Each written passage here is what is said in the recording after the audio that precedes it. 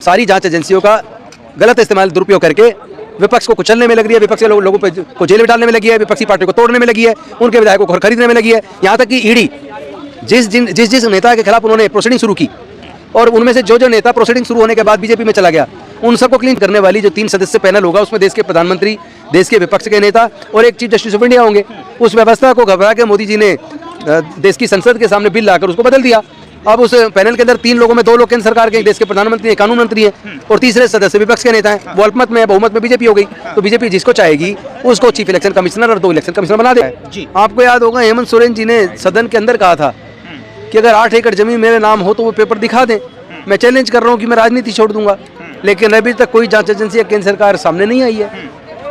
लेकिन सर, जिन पार्टियों को सांसद बनेंगे, विधायक बनेंगे, क्या वो पार्टी आपके समर्थन में है, आपके साथ है? देखिए, हम पूरी कोशिश में हैं कि इसको जन आंदोलन बनाए और देश की जनता के साथ साथ राजनीतिक पार्टियां भी इस मुद्दे पर रोड पे आए। और मुझे पूरा विश्वास है कि आने वाले 10 दिन के अंदर राजनीतिक पार्टियां भी इस मुद्दे पर साथ में आके रोड पे लड़ाई को लड़ेंगी। देहात में जो वोटर होते हैं, गाँव में, क्या आप वहाँ जा रहे हैं? कैसे पकड़ बनाओगे? हम पूरे देश के अंदर जा रहे हैं। अभी आने वाली 17 तारीख को नागपुर के इंदौरा में बहुत बड़ी सभा है, 18 तारीख को पुणे के अंदर है, 24 तारीख को जयपुर के अंदर है।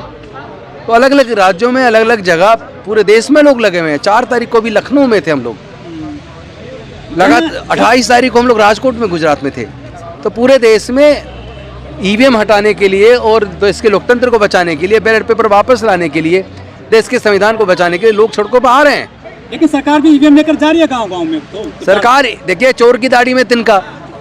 सरकार ईवीएम लेके जा रही है, लेकिन ईवीएम क्या अंदर कौन उसमें सॉफ्टवेयर डाल रहा है, क्या उसके अंदर मैनिपुलेशन चल रहा है, क्या प्रोग्रामिंग कर रही है, कौन कर रहा है, उसका सोर्स कोड किसके पास, आम जनता को क्या पता। लेकिन प्रचार चल रहा है कि मोदी की गारंटी चल रही है देश में। मोदी की गारंटी अगर देश का इलेक्शन कमीशन देगा, अगर ईवीएम बनाने वाली मशीन बनाने वाली कंपनी में अगर 7 में से 4 डायरेक्टर बीजेपी के पदाधिकारी होंगे, तो फिर ऐसी ईवीएम पे देश के लोग भरोसा नहीं कर रहे हैं। महत्वपूर्ण बड़ा सवाल ये है कि जिस तरीके से आपके कई एडवोकेट से जब बात की तो वो कहते थे कि चंद्रचूड़ साहब को सोमोटो लेना चाहिए, लेकिन आपका फाइल होने के बाद भी, केस फाइल होने के बाद भी एक डिस्कशन कर दिया जाता है और उसको एक लाइन में खत्म कर दिया विदाउट रीजनिंग जिस तरह डिसमिस की गई है पिटीशन, इससे ये प्रतीत होता है कि जस्टिस चंद्रचूड़ जी भी दबाव में हैं और जनता अगर खड़ी हो जाएगी तो उनको भी मनोबल बढ़ेगा और चीजें बदलेंगी, फिर वो सुमोटो भी कार्रवाई कर सकते हैं। लेकिन क्योंकि जो व्यवस्था माननीय सुप्रीम कोर्ट ने दी थी कि इलेक्शन कमीशन का गठन करने वाली जो 3 सदस्य पैनल होगा, उसमें देश के प्रधानमंत्री, देश के विपक्ष के नेता और एक चीफ जस्टिस ऑफ इंडिया होंगे। उस व्यवस्था को घबरा के मोदी जी ने देश की संसद के सामने बिल लाकर उसको बदल दिया। अब उस पैनल के अंदर 3 लोगों में 2 लोग केंद्र सरकार के, देश के प्रधानमंत्री हैं, कानून मंत्री हैं और तीसरे सदस्य विपक्ष के नेता हैं। वो अल्पमत में है, बहुमत में बीजेपी हो गई। तो बीजेपी जिसको चाहेगी उसको चीफ इलेक्शन कमिश्नर और 2 इलेक्शन कमिश्नर बना देगी। लेकिन सर, विपक्ष के लोग तो ईवीएम के साथ नहीं आ रहे हैं उस हिसाब से, वो तो बीजेपी में जा रहे हैं टूट के रोजाना।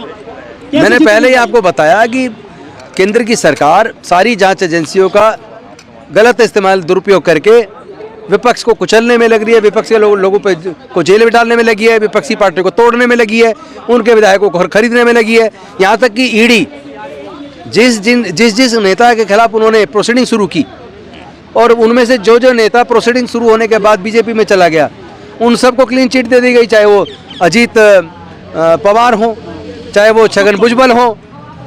अशोक चौहान, ठीक है, नहीं, बहुत सारे लोग चले गए। अशोक चौहान नहीं, बहुत सारे लोग चले गए हैं। और वो जितने भी लोग जा रहे हैं, वो लोग जा रहे हैं जिन पे ईडी ने जांच शुरू की थी और वो जब जांच के डर से वो लोग बीजेपी में शामिल हो गए। उनकी सबकी मोदी है तो मुमकिन है, आप कैसे? हाँ, मोदी है तो संविधान का खत्म होना मुमकिन है।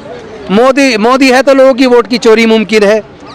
मोदी है तो लोगों की इज्जत के साथ खिलवाड़ मुमकिन है। मोदी जी हैं तो देश के दलितों, पिछड़ों, आदिवासियों का हक अधिकार छीनना मुमकिन है। मोदी जी हैं तो फिर वोटों का पोलराइजेशन मुमकिन है। कैसे जीतोगे सरकार से? इतनी मजबूत सरकार बताई जाती, कह रहे 400 लाएंगे इस बार। देखिए, इसी तरह की मजबूती अंग्रेजों के अंदर थी। लोग कहते थे कि अंग्रेजों के शासन में सूर्यास्त नहीं होता और अंग्रेजों को कभी भारत से भगाया नहीं जा सकता।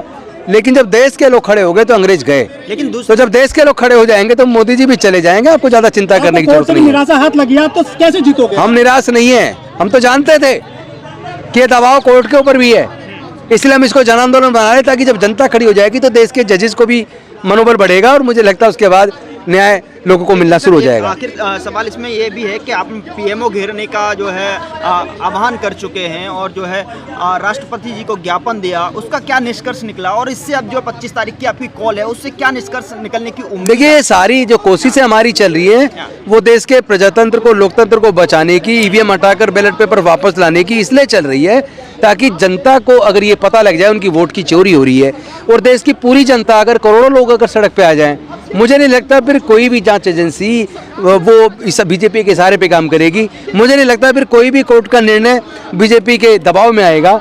मुझे नहीं लगता कि फिर किसी भी प्रकार के जनता को डरने की जरूरत रहेगी। मुझे लगता है कि फिर ईवीएम बड़े आसानी से हट जाएगी, बैलेट पेपर वापस आ जाएगा, देश का लोकतंत्र भी बच जाएगा और देश का संविधान भी बच जाएगा। लेकिन वो तो किसानों को भी नहीं आने दे रहे दिल्ली में, आप कह रहे हैं कि आंदोलन करेंगे 25 तारीख मैं कह रहा हूँ वो तो सब कुछ वो करेंगे जिससे उन्हें डर लगता है। तो इसका मतलब क्या हम घुटने टेक दें? हम घुटने टेकने वाले नहीं हैं। हम देश को, देश के लोगों को समझा रहे हैं, उनको उनके अधिकारों के प्रति जागरूक कर रहे हैं, उनकी वोट चोरी होने के प्रति उनको जागरूक कर रहे हैं और हम आह्वान कर रहे हैं वो सड़कों पर आए। और मुझे खुशी है कि पूरे देश के अंदर लोग सड़कों पे आ रहे हैं और ये जन आंदोलन बनता जा रहा है और निश्चित तौर पर मुझे भरोसा है कि ईवीएम हटेगा, बैलेट पेपर वापस आएगा। लेकिन मोदी सरकार तो रतन